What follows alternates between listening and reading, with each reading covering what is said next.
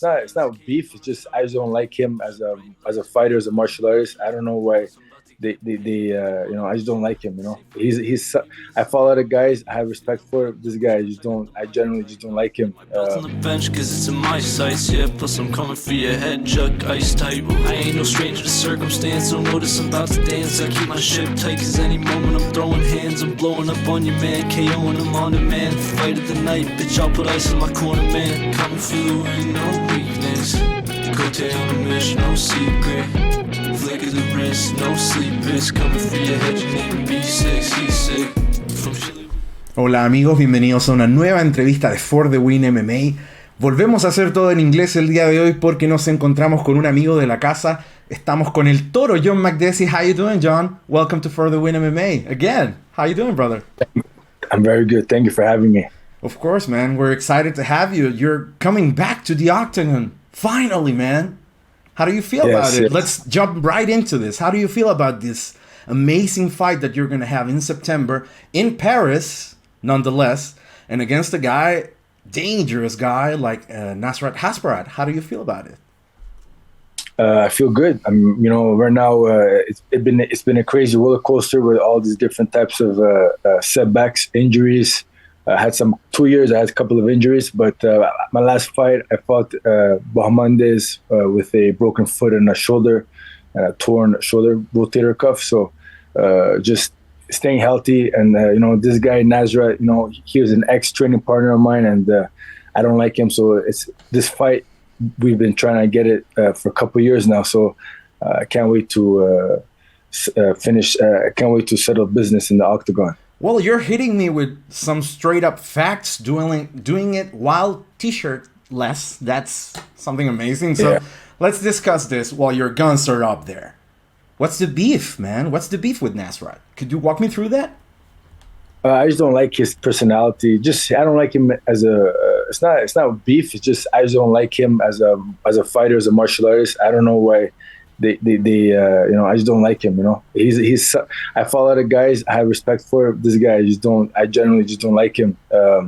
Back in, I come from old school style. Very. I try to be. We come from like honor and try not to fight teammates.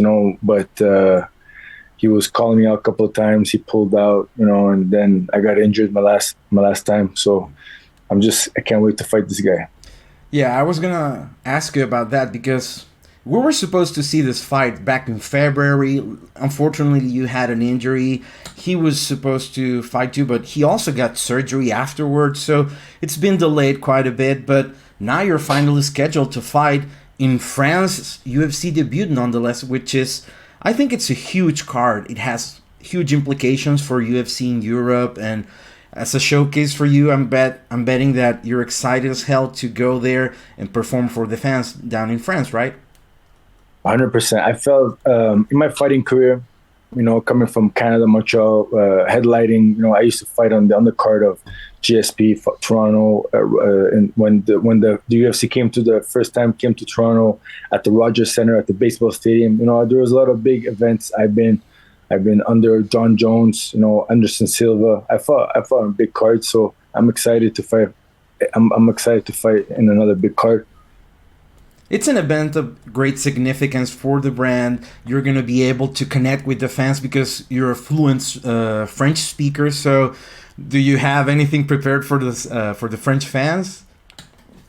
I mean, I don't. It's the first time I'm going to Paris, Really? so first time I'm going to France. So we'll see what happens. Of course, Montreal, Quebec is a lot of French-speaking people, and also I'm Lebanese. I'm a descendant of Lebanese, so a lot of Lebanon is very close to France, and in our country back in Lebanon, French is a second language. So I'm hoping to see a lot of Lebanese supporters, Arabic supporters, Catholics coming down, supporting me for this fight. Every kind of faith will gather up right next to the octagon to do a little offering to the Just Bleed gods through you, I bet. So I'm happy to see you compete there. You're going to have probably some sort of a home game advantage, right? Because of the French, because of the massive amount of immigrants that France have. There's a lot of people that would love to see you there. About the fight specifically, we just covered that Nasrat is a hard guy to fight against. You've been partnered with him, and we've had a few cancellations. Could you walk me through the process of the background conversations in order to get this fight scheduled right now? I mean, no, it was just, if you want to go back 3-4 years ago, you want to rewind 3-4 years ago, they set us up. They set us in Nashville, and that didn't happen. And then we got scheduled a couple of times, and then a lot of different things happened. And then I got injured and had to do surgery. So, but I think the UFC, and I want the fight. I want to finish this guy talking. He runs his mouth a lot on social media, and I wanted the fight. I personally I sent this text message to Dana White and Sean Shelby to make sure that this fight happens. This fight was inevitable, you know what I mean? This it's been scheduled for. We've been trying to fight this guy for the past 3-4 years, so it's inevitable, and now it's almost here. Yeah, absolutely. How do you feel about coming back? Because the last time we spoke, you were coming up after this amazing war against my guy Ignacio Bahamondes, right? And you shared a lot of important information about the kind of care that you need to have in order to stay active and all that. A year has passed since that fight. You had to deal with a few injuries. Now you're coming back. Do you feel right now that you could sustain further activity? Because injuries are hard. You're a veteran, and I say this with the utmost respect, but it's a young man's game. You know that. 100%. I mean, it's just adapting, adjusting. If you look at, it just comes with the territory. It's just being more healthy, being more aware of. But you can't even control that. You can go in the streets, you can get run over by a car, you can walk over something and trip and sprain your ankle. I mean, injuries are a freak of nature. I don't focus on the injury part. I focus on my mind mentally, because at the end of the day, when you step on the octagon, it's all mental. Well, it's been an exciting year for you guys as a team. You, Coach Javi, Benson, Jared, you've all been pretty active. Jared has a fight coming up.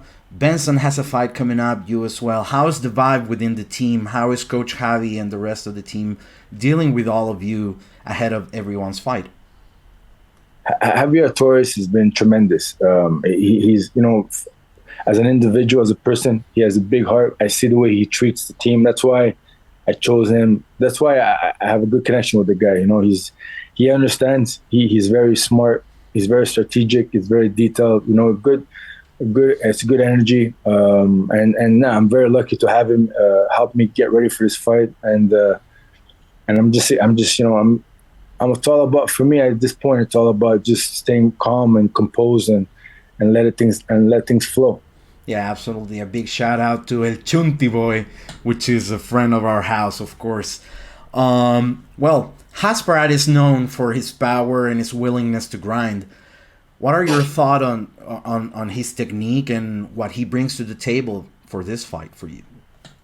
Yeah, I don't really think too much about him. He has 2 hands, 2 legs. Unless he has 3 legs and 3 arms, then it's different. Then I would have to worry. But I don't think. We'll see. I don't want to say too much, but stay tuned. September 3rd, it's gonna be fireworks. Well, you say you don't want to say much, but you opened up our interview saying you don't like the guy, which has me wondering. During fight week, you'll be across the table from a lot of MMA media. How do you feel you're gonna walk through this fight week with the fact that you don't like the guy in the first place? Do you think everybody's going to chop onto that? We'll see. We'll find out. Yeah, that's fair. That's fair. Well, last time we spoke, there was a very different landscape in the division. Khabib was still on top. The division has gone through major changes. As a man who's been embedded in the division for a while, what's your read on the division's future? I mean, I always believed in my heart 155 is probably the most stacked, talented division. A lot of guys walk around 175, 185, 190. You know, I mean, guys cut 255. I walk around 166, 168, cut to 155. So I'm, it's interesting. Right now it's Alejado who has the title. The Russians, obviously, they're very strong with their grappling. They know how to control the guy on the ground. So these guys are, we'll see what happens. It's fighting is mental. It all depends on timing. It all depends on the team, the preparation, and how much the person wants it. So it's the 155 division has always been an exciting division. So we'll see what happens. Yeah, for sure. It has to be one of the crown jewels of the UFC as a whole, right? But I'm gonna put you in the spot right now. Who do you got between Oliveira and Islam? I honestly, I never like to choose. I never like to pick a fight, But I'm going for Charles. Charles has a run of his own, man, and I feel he comes with a greater chip on his shoulder than any other contender / champion, because he's in this weird spot right now. So yeah, I agree with that. I think Charles could definitely do something for the fans. Hopefully in Brazil. There's rumors that he's going to fight in Brazil, which would be amazing. Well, you've been away for a long time. We'd miss you, and I wanted to know, what have you been doing during this time off, besides obviously recovering, taking proper care of you? How does the bull stays happy during this time outside the octagon? I mean, I'm busy I try to stay busy. Back in Montreal, Canada, I'm still working on my bullwear. I'm also associated with the gym. I try to have a website, just try and be an entrepreneur, try to be a good inspiration, motivation, focus on my social media and just stay busy, stay active. Well, I love that entrepreneurial side of you. I love your line of products. You're doing supplements, you're doing clothing, you're doing it all, my man, and doing it shirtless, which you got to cut me some slack, bro, because I cannot do that. I can go right next to you going, okay, let's do it. But I'm going to work my ass off so the next time we speak, I don't feel as bad. And I'll go, yeah, let's do that. Titties out. Or maybe no one will watch this interview. I don't know. Who wants to watch? Hopefully people will watch. Just train, man. Just a lot of training and dedication. But it's beautiful here. It's nice, So and also we fight shirtless. So I'm getting used to that feeling. I'm getting used to that. I'm really not I'm really not shocked about seeing people shirtless right now. Yeah. So man, sure. Let's talk about the bull as a man, because every time we talk, we try to get your thoughts on the fight, we try to get your thoughts on opponents and all that, and it's kind of repetitive, but I've never heard you talk about what you do besides fighting and entrepreneurial stuff, right? So I'm gonna hit you up with some pop culture questions. What's your favorite show right now?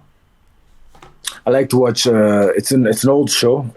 Vikings is probably one of my favorite TV shows to watch, and I like movies, But I'm always focusing on personal growth, Always trying to get better as a human being and just growing, and trying to. I focus on my craft every day. Like that's the thing, It's very repetitive. It's very disciplined lifestyle, I study. I like to eat clean, keep.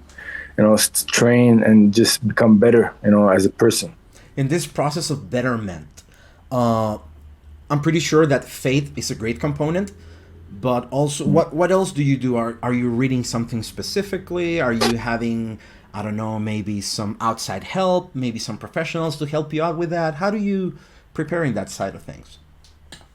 I mean, I'm also certified. I got certified under Brian Kane. He's actually from Arizona, Phoenix. He worked with a lot of high-level athletes, Vitor Belfort, George St. Pierre. He worked with Frank. He worked with what's his name? He retired a long time ago. He looks like Jim Carrey. I forgot his name. He was a teacher. He was a Frank. You're talking about Rich Franklin. Rich Franklin. Yeah, he worked with a lot of guys. The mental game. So.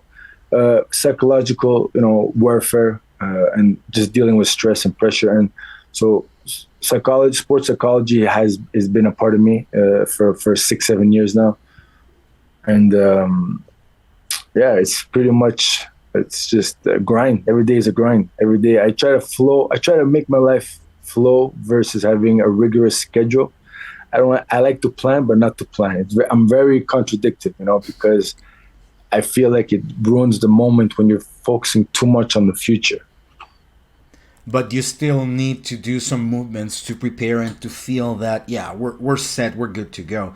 What would you say is the aspect that the Gen generation is lacking? Because we're talking about preparation, we're talking about this game being a multiple angle preparation endeavor, right? So in your opinion, as an experienced fighter, what would you say is the biggest part of training or preparations that the young bucks are just ignoring right now?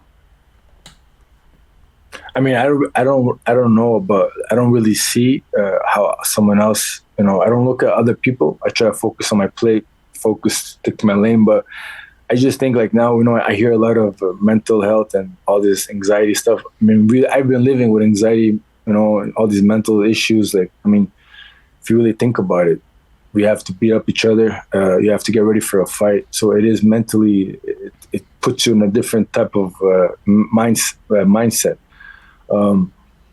It's just, I think we live in a world of fast pace, especially with social media. You have your phone on you, you have all these different applications, and it kind of robs you from the present, and just spend more time to yourself.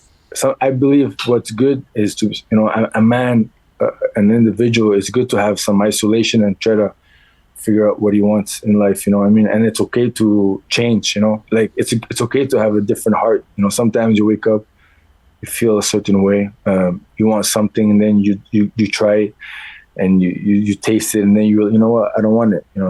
People are scared to just talk the truth, because you don't want to hurt the other person, or you don't want to hurt someone.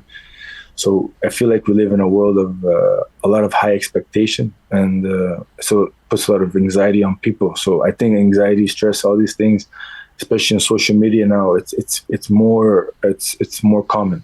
Well, this is a side of the game that it doesn't get talked as often as personally I would like, because there are a few mental health advocates within the fighting community, right?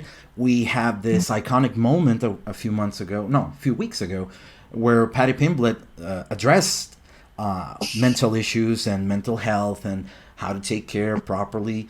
And I really appreciate that you're open about this as well. Do you think that, is this a good thing for fighters to open up about mental issues, anxiety? Because personally, as a fan, I really appreciate it. I really think that there is value on people like yourself sharing that kind of struggle. So if I could get your thoughts on the entire landscape, how do you feel about fighters coming up with this kind of situation and being open about it? Yeah, I mean, I find it funny, that guy, Paddy, whatever his name is. He has a funny name, by the way. I always found it funny, but I guess he's very popular. I see him, it's funny how I see these guys, they're very popular, but it's always been there, That's why I'm surprised. Like, this is, of course, people just don't talk, we just don't talk about it. I come from an old school tradition where we don't talk about our feelings. We don't sit in the dinner table. I'm not saying it's a good thing.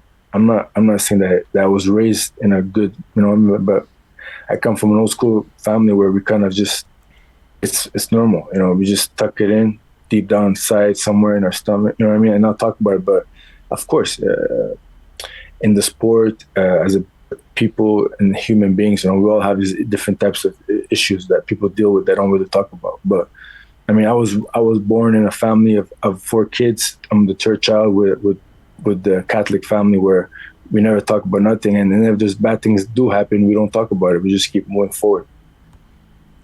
Well, I feel it's refreshing to have the opportunity to speak up on these issues, and I really appreciate that you do so. And let's get back to fun things, man, because I know there's a lot of struggles in the game, and it requires a lot of mental fortitude, of course, but it's exciting to see you back. I'm really happy that you're going to get a fight that you're really eager to get. What can we expect on September, my man? It's going to be a kill or be killed.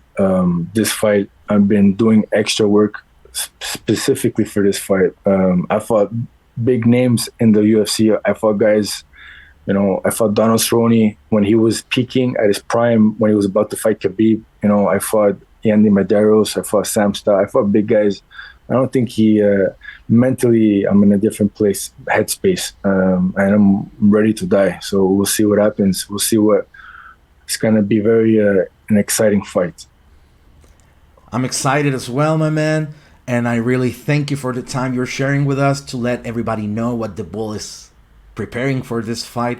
I wish you nothing but the best. And of course, as we go away, if you have a moment to share some thoughts with the Latin American fans, it's your time, my man. I want to say thank you guys. Gracias for having me on your show again. I wanted to everyone who always showed me support, love. I really appreciate it. If you guys want to check out my website, johnmakdessi.com, for support, Bullwear, Instagram, Twitter, Facebook. You guys want to see what's the latest, go check out at John Makdessi. Absolutely, guys. Go check out the Bull, his website, all his hustle. We're excited to see you come back to the octagon, my man. You're a legend of this sport, and I really wish you the best for this fight. Thank you so much for being with us today. Thank you for having me. The top, ain't got no time to relax. Always working, no stop. Leave my soul on the track. Bounce your head off the mat. This is one stop shop. Got what you need in the back. Coming for the win, no weakness.